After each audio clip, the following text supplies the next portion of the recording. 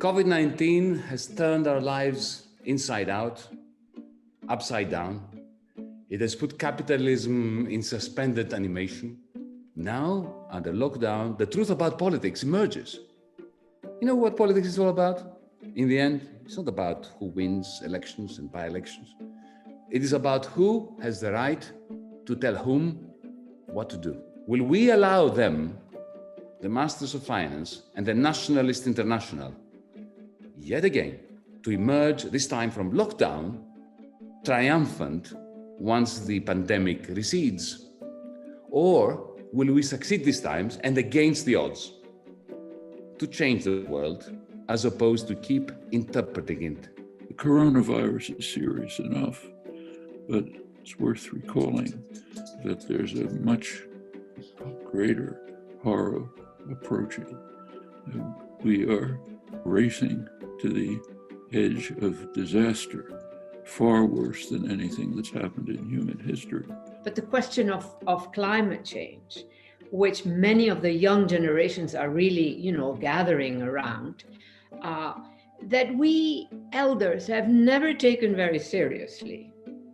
We are also pulled in now because we realize something has changed. The assumption is if you tax the rich, economic activity stops. Let me ask you a question.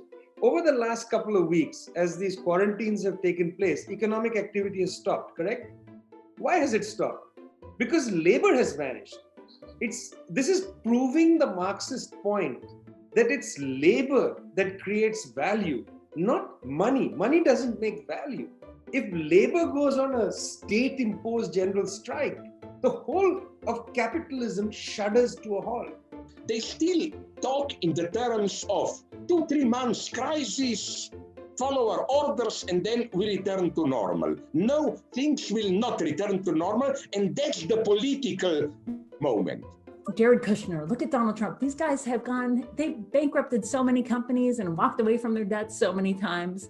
It's always just the little people who have to pay up and who have to be subjected to the discipline of debt. I think debtors around the world must unite. I believe in socialism. Socialism is a dirty word where I live in America, but it's not a dirty idea. We have to be different kinds of animals on the left.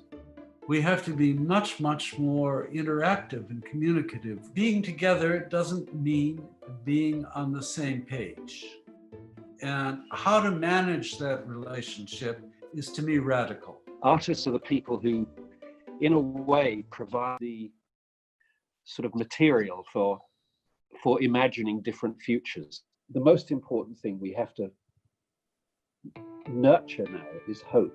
If you want human society to remain, then realistically, we should not go back to building missiles and warships and maintaining the doomsday machine. And we should not be lifting oil out of the ground where it needs to stay. And that means confronting the power, the economic and political power of the strongest institutions outside government in the world. Okay, there is a certainty that we will definitely not go back to the horror that we were living before. And that horror can mean different things for many different people. Analyzing our capitalist now and agitating against it is just not enough. Without a vision of a realistic other now, we are either impotent or dangerous, in the sense that we may create a new social order that is worse than what we have.